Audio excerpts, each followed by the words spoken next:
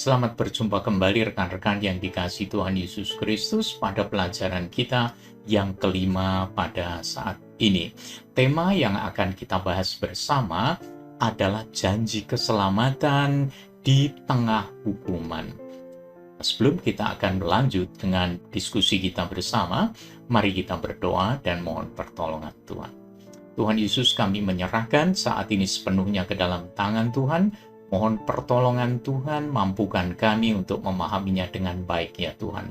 Kami persembahkan seluruh pembicaraan kami hari ini ke dalam tangan-Mu, di dalam Tuhan kami, Yesus Kristus. Terima kasih Bapa. Amin. Saudara sekalian, tema kita pada hari ini berkenaan dengan janji keselamatan di tengah hukuman. Ayat kencana kita ambil dari kitab Kejadian pasal 3 ayat yang ke-15 yang berbunyi, "Aku akan mengadakan permusuhan antara engkau dan perempuan ini, antara keturunanmu dan keturunannya. Keturunannya akan meremukkan kepalamu dan engkau akan meremukkan tumitnya." Saudara sekalian, secara umum masyarakat menginginkan agar pelaku kejahatan mendapat hukuman yang setimpal dengan kejahatannya itu. Sebaliknya, si pelaku kejahatan ingin agar kesalahannya diampuni dan ia dibebaskan dari hukuman. Bagaimanapun juga, hukuman perlu diberikan kepada pelanggar hukum. Kenapa? Pemberian hukuman ini untuk memberikan keadilan kepada korban kejahatan dan sekaligus memberikan efek jera kepada pelaku sehingga tidak melakukan hal-hal seperti itu lagi. Juga merupakan efek mencegah kepada masyarakat agar tidak meniru pelaku kejahatan tersebut. Pada akhirnya, semuanya itu bertujuan untuk menghasilkan ketertiban masyarakat. Pada pelajaran kali ini, kita akan melihat keadilan Allah ditegakkan kepada pelanggar hukum dan sekaligus kita akan belajar bagaimana kasih Allah dinyatakan atau melihat kasih Allah diberikan kepada manusia yang berdosa. Saudara sekalian, ayat yang ke-14 menjelaskan bahwa Allah menegakkan keadilan dengan menghukum semua pihak yang bersalah. Iblis yang mengambil rupa ular berdosa karena memperdaya Hawa. Demikian juga Adam dan Hawa bersalah karena makan buah yang dilarang itu. Allah menghukum ular sehingga ia menjalar dengan perutnya dan debu tanah menjadi makanan seumur hidupnya. Hawa sebagai pihak yang pertama memakan buah yang dilarang tersebut mendapat hukuman berupa susah payah waktu mengandung dan kesakitan saat melahirkan anak-anaknya. Itu dituliskan di dalam Kejadian pasal 3 ayat yang ke-16. Dan ini semua berlaku atas semua wanita sesudah Hawa. Adam sebagai pihak yang mengikuti dosa istrinya pun mendapat hukuman berupa susah payah untuk mencari rezekinya. Saudara sekalian yang dikasihi Tuhan Yesus Kristus, bekerja yang tadinya merupakan sukacita atau kesenangan karena diperintahkan oleh Allah, kini harus dilakukan dengan berpeluh dan susah payah agar dapat memenuhi kebutuhan hidupnya. Itu dituliskan di dalam kitab Kejadian pasal yang ketiga ayat 19. Ini berlaku atas semua laki-laki sesudah Adam. Hukuman terhadap Hawa mempengaruhi Adam. Demikian juga sebaliknya. Hawa dihukum dengan birahi atau memiliki kecenderungan untuk mendominasi suaminya, tetapi suaminya akan berkuasa terhadapnya. Karena dosa, kehidupan suami istri menjadi tidak mudah.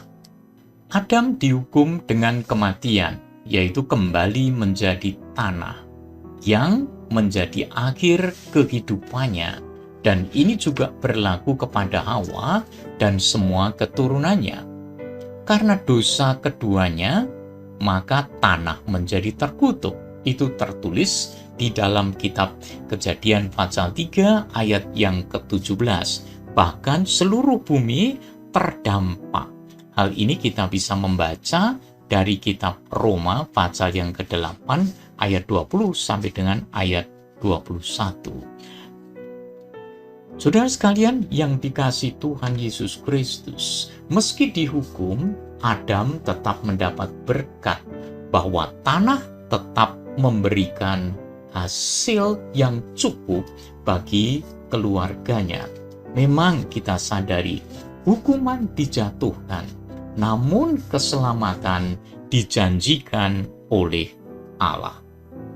Dengan hukuman kematian, manusia mendapat berkat berupa dorongan untuk memperbaiki hubungannya dengan Allah sebelum kematian tiba. Lebih dari berkat itu, Allah memberikan janji keselamatan pada ayat yang ke-15. Keturunannya, yaitu keturunan wanita, akan meremukkan kepalamu, yaitu kepala ular. Beberapa ahli Alkitab menyebut ayat ini sebagai proto-evangelium atau kabar baik pertama. Allah merencanakan keselamatan bagi umat manusia melalui keturunan perempuan itu. Keturunan yang dimaksud adalah Yesus Kristus yang meremukkan kepala ular, yaitu iblis, dengan kematiannya di kayu salib dan kebangkitannya dari antara orang mati. Ia, Yesus Kristus, juga menjadi sama dengan mereka dan mendapat bagian dalam keadaan mereka, supaya oleh kematiannya ia memusnahkan dia, yaitu iblis yang berkuasa atas maut. Kemudian Adam memberi nama Hawa kepada istrinya. Sebelumnya disebut sebagai perempuan atau Isya karena ia diambil dari laki-laki atau Ish. Hawa berarti ibu dari semua yang hidup. Saudara sekalian, mereka dihukum dengan kematian, tetapi Adam meyakini ada kehidupan baginya dan keturunannya berdasarkan janji keselamatan dari Allah di ayat 15 tadi.